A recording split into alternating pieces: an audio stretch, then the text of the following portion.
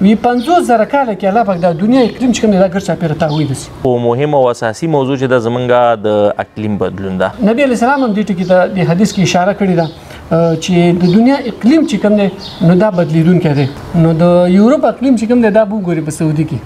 السلام علیکم ورحمت الله وبرکاتو. نن غواړو چې د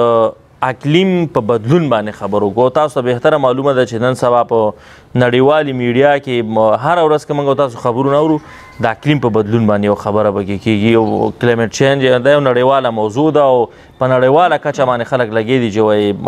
په دنیا کې تودوخه زیاته شوې ده.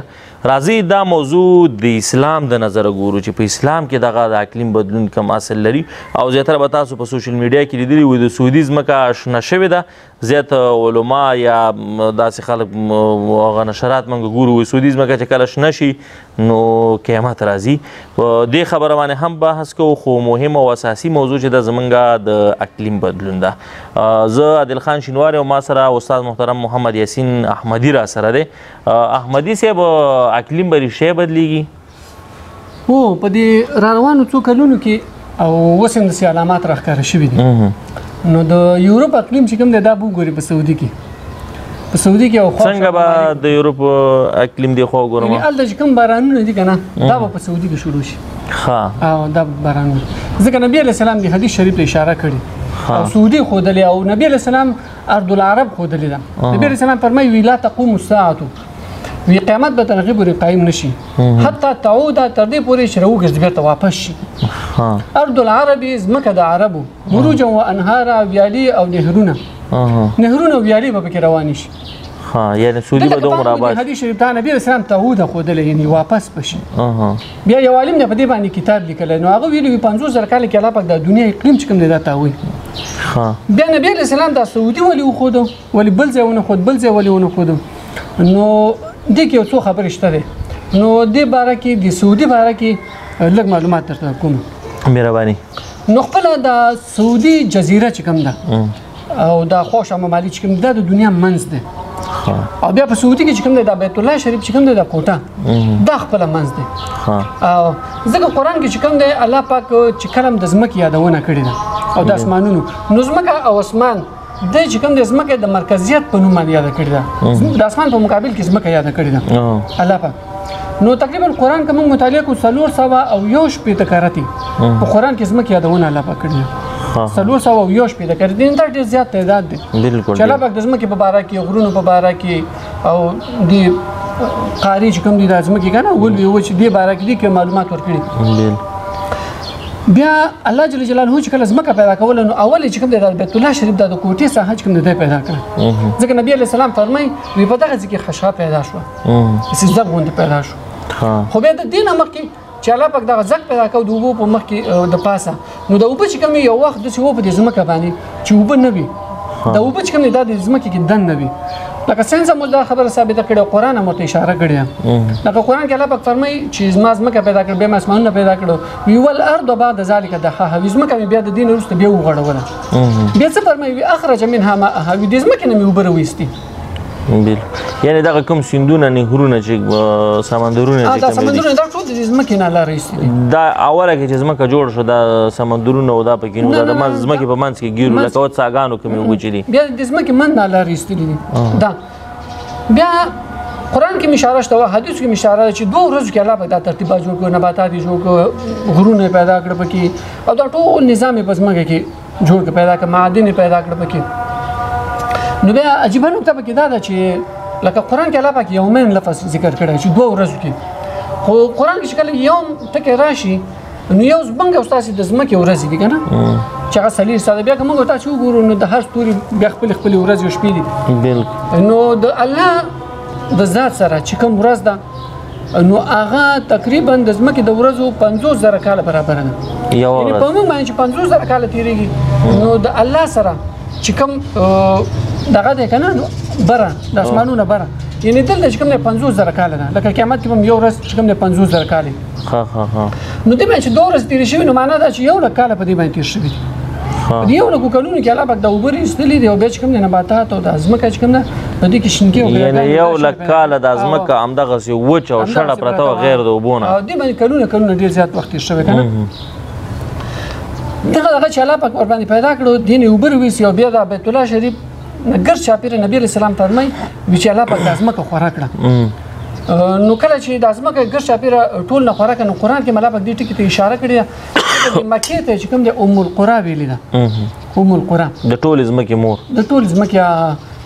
ټول کلو چې کوم دا مور ده ها دینه دغه شی نو بیا ولا کې چې الله پاک د ازمکه پیدا کړ د اول وی وشي کوم دا ټول یو ځای وي یو ځای وي ټول د سره جدا شوی نه وي هغه وخت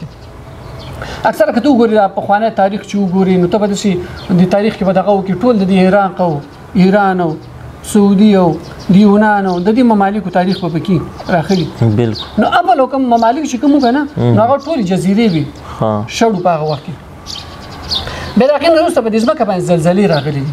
سخت زلزلې راغلي دي سواقي ور باندې راغلي قومونه الله هلاک کړي نو دغه په ذریعہ باندې د ځمکه کې چاودون وشو نو چې کله چاودونه وشو کنه نو د ځمکې چې کوم یو د بل نه جدا شو سره نو چې کله جدا شو نو اول به وشي بدلته په دې وخت کې منځ ته راغلي چې دا اوس هم د جدایي په حالت کې د یو د بل نه جدا کېږي لکه په دې باندې علمانو ډېر کتابونه لیکلي د همدغه خبره کې به لږ مخکې لاړ شو احمدي صاحب چې دا موضوع تر څو لیدونکو ته ډېره واضحه شي یعنې زه په اصطلاح یو څه د لیدونکو نمایندګي هم دلته زه کومه که زما ذهن کې پوښتنه پیدا کېدی چې زموږ د اورېدونکو په ذهن د انسانیت د پیدایښت نه مخکې یعنی آدم علیه السلام نه چې لا نو پیدا ځمکه کې پیدا شوی خلیفه نو ګرځي د دې نه وړاندې د ځمکې دغسې د لول وچو باندې تقسیم شوي دي که د هغې نه بعد نه د هغې نه وړاندې دغه شوي دي دلته سواقي او تندرونه چې پیدا شو پکې نو هغې نه وروسته الله پاک دغه جداوالی راوستی دی او بعضې قومونه الله پاک هلاک کړي دي خو هغه بیا بېلو بېلو مناطقو کې هلاک کړي هغه به یو جدا بحث هغه بیا دغه دی خو دا چې کوم دی الله پاک د اول وچې بیا جوړې کړي او دې کې درزونه راغله چاودونه راغله او دا چې کوم دی جدا شو اوسه پورې یو د بل نه همداسې جدا کېدو په حالت کې دي دا چې کله جدا شو نو دلته لکه احادیثو ته که موږ فکر وکړو که نه نو دلته چې کوم د قرآن کې الله پاک د اشاره کړې لکه یو اشاره خو دا ده چې کومه ځمکه وچه شي نو هلته زه ورځ بیا م ورته باران کومه لکه دا خو هم موږ او تاسو ګورو چې کوم ځای وچ شي نو هلته الله پاک ورځ راولي او باران وکړي په دې باندې خو یو ژوره اشاره پکې بله دا هم ده چې دا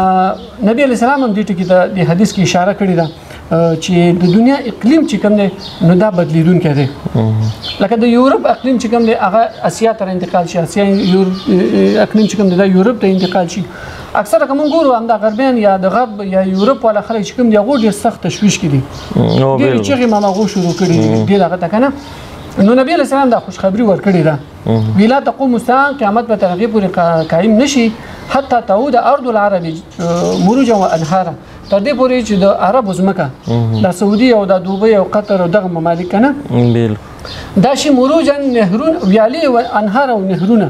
غټ غټ نهرونه به پکې روان شي ویالې به پکې روان شي که نه نو اوس که ګورو نبي علیه السلام یو نیم زر کاله مخکې دې ټکي ته اشاره کړې چې یو وخت داسې راځي چې د دنیا اقلیم چې کوم دی دا بدلیدونکی دی په دې باندې نو هغه د یورپ کوم اقلیم چې کوم دی هغه دلته راانتقالېږي بیا یو عالم په دې باندې کتاب لیکلی نو هغه یو عجیبه نکته پکې دا ذکر کړې ده وی 50,000 کاله کې الله پاک د دنیا اقلیم چې کوم دی دا ګر چاپېره تاویل شي 50,000 کاله کې یعنی که کوم ملکونه وچی ګرمي که نه هغه یخیږي هغه یخ ملکونه دي داسې هغه راځي ورباندې نو بیا هغه د سعودي جزیره ښودلې ده ځمکه یې ښودلې ده وی دلته 50,000 کاله مخکې داسې علایم او نښې شته دی چې دلته چې کوم دی آبادیانې تېرې شوي دي دلته اوبه تېرې شوي دلته خلکو باغونه درلودل دلته نهرونه روان په دې ځمکې یعنې د دې ځمکې اقلیم چې کوم دی دا ډېر باراني اقلیم و د سعودي او هغه بیا دا لیکلي وي چې 50,000 کاله اوس نور پوره شوي دي د دې نو ځکه نبي علیه السلام هم په دې خبره باندې پوهېدو نو ځکه اشاره یې سعودي ته کړې ده چې سعودي ځمکه چې کوم ده دا به نهرونه شي او ویالې به شي په دې دغه باندې نو بس الحمدلله په دې باندې خوشحاله یو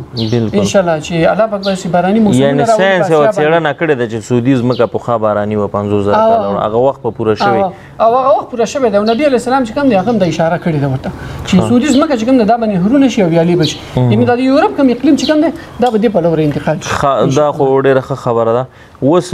دلته یو شمېر علما چې دی بیا دې سره د قیامت راتګ ورتړي که نه نو په دې باندې موږ غواړو چې زموږ لیدونکي پوهه شي چې دا تر کومه بریده دا خبره صحیح ده لکه اوس دقیق خلکو چې کوم دی اصل کې دا بېدینه خلک چې کوم دي که نه کفار دي نو دو دا خطر حس کړی دی نو دو چې کوم دی اوس ډېر زیات کوشش کوي چې د اقلیم واګې په خپل کنټرول کې واخلي او ترلاسه کړي نو ځکه نبي علیه السلام دلته دا دغه ښودلی چې کله سعودي تاسو آباد وګوته نو هغه نه وروسته چې کوم دی بیا قیامت راځي یعنی دا چې کوم دی یو نښه ښودلې نبي علیه السلام خو دا په وړو نښو کې ده په وړو نښو کې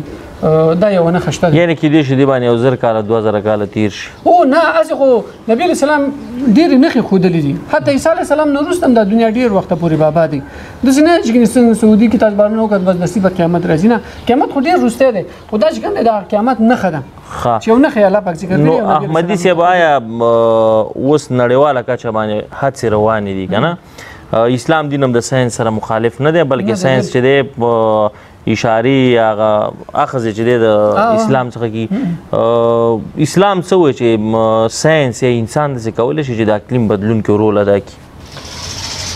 اسلام خو دې ته ډېره زیاته اشاره کړې ده او دا خلک هم په دې پوهېږي چې د اقلیم چې کوم دی دا اوس خپل کنټرول لاندې راولي که نه خپل لاس لاندې راولي ځکه اسلام ورته اشاره کړې ده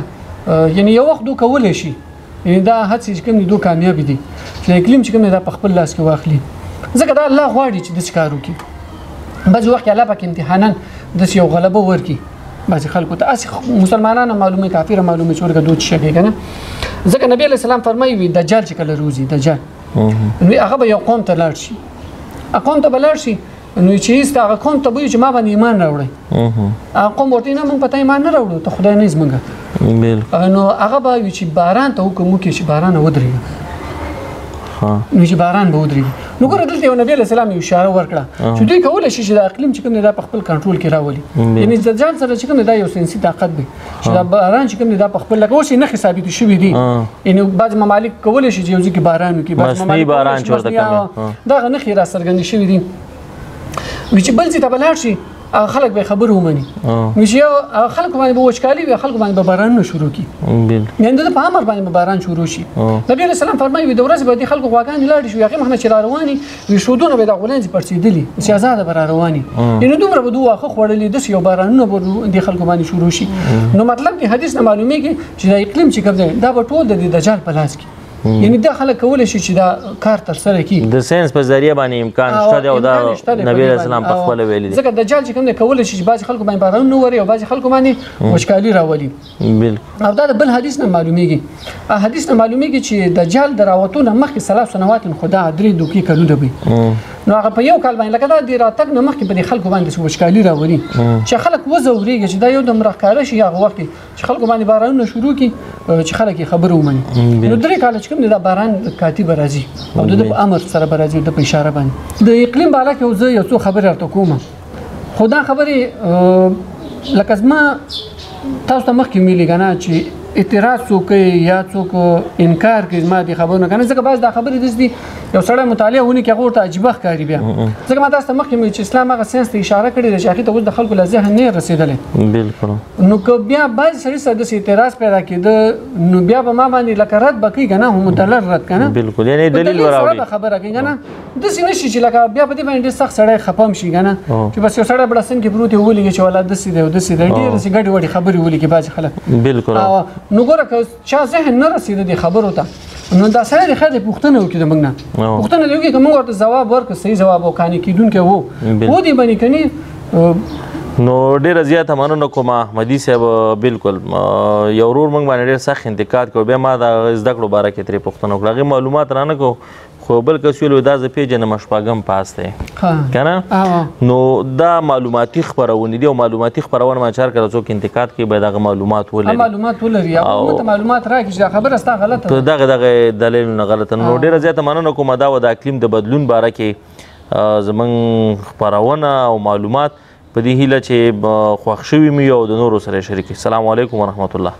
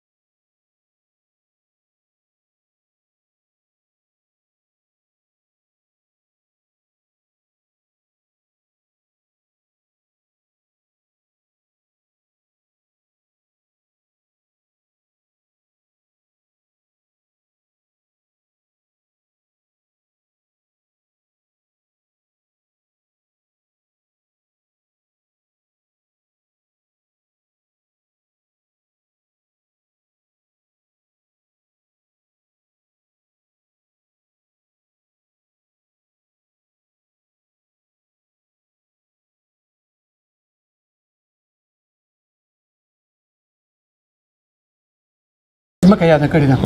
الله پاک نو تقریبا قرآن که موږ مطالعه کوو 400 کراتې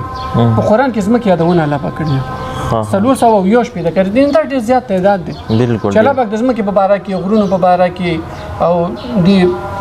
قاري چې کوم دي د ځمکې که نه ولوي و چې دې باره کې دي کې معلومات ورکړي بیا الله جل جلاله چې کله ځمکه پیدا کوله نو اول چې کوم دی د بیت الله شریف د کوټې ساحه چې کوم دی پیدا کړه ځکه نبی علیه السلام فرمایي وی په دغه ځای کې خشا پیدا شوه سجده غوندې پیدا شو خو بیا د دې نه مخکې چې الله پاک دغه ځګ پیدا کړ د اوبو په مخ کې د پاسه نو د اوبه چې کوم یو وخت داسې و په دې ځمکه باندې چې اوبه نه وي د اوبه چې کوم دی دا د ځمکې کې دننه وي لکه ساینس هم دا خبره ثابته کړې قرآن هم ورته اشاره کړې